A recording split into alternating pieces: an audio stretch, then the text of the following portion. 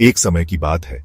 एक विशाल और अनछुए जंगल के बीच में एक भेड़िया रहता था जिसका नाम केल था। उसकी अद्वितीय फुर्ती और चालाकी के लिए वह जाना जाता था।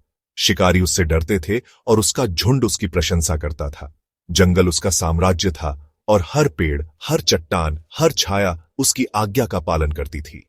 एक ठंडी चांदनी रात में जंगल की शांति भंग हो गई। कुछ शिकारी आए जो इस प्रसिद्ध भेड़िए को पकड़ने का इरादा रखते थे। उन्होंने जाल बिछाए और चारा रखा, यह सोचते हुए कि कोई भी प्राणी उनके चालाक जाल से बच नहीं सकता।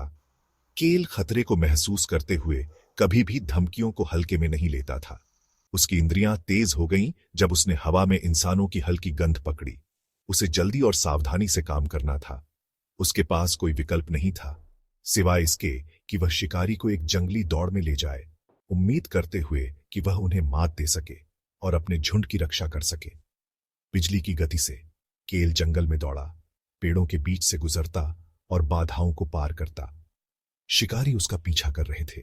उनके कदम धीरे धीरे धुंधले होते जा रहे थे क्योंकि भेड़िया उन्हें जंगल के दिल में गहराई तक ले जा रहा था। लेकिन केल के पास एक योजना थी। उसने वर्षों तक जंगल के हर इंच को सीखने में बिताया था।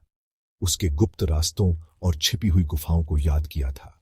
जैसे जैसे शिकारी अधिक हताश हो गए, केल उन्हें एक चट्टान की ओर ले गया। आखिरी क्षण में जब शिकारी उसके करीब आ रहे थे, उसने किनारे से छलांग लगाई और घने कोहरे में गायब हो गया।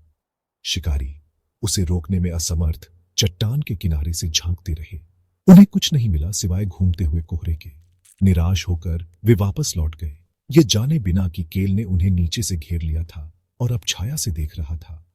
भेड़िए ने उन्हें मात दे दी थी और जैसे ही शिकारी लौट गए, केल अपने झुंड के पास लौट आया, ये जानते हुए कि जंगल फिर से सुरक्षित है। उस दिन से केल की कहानी, जिसने शिकारी को मात दी, दूर दूर तक फैल गई।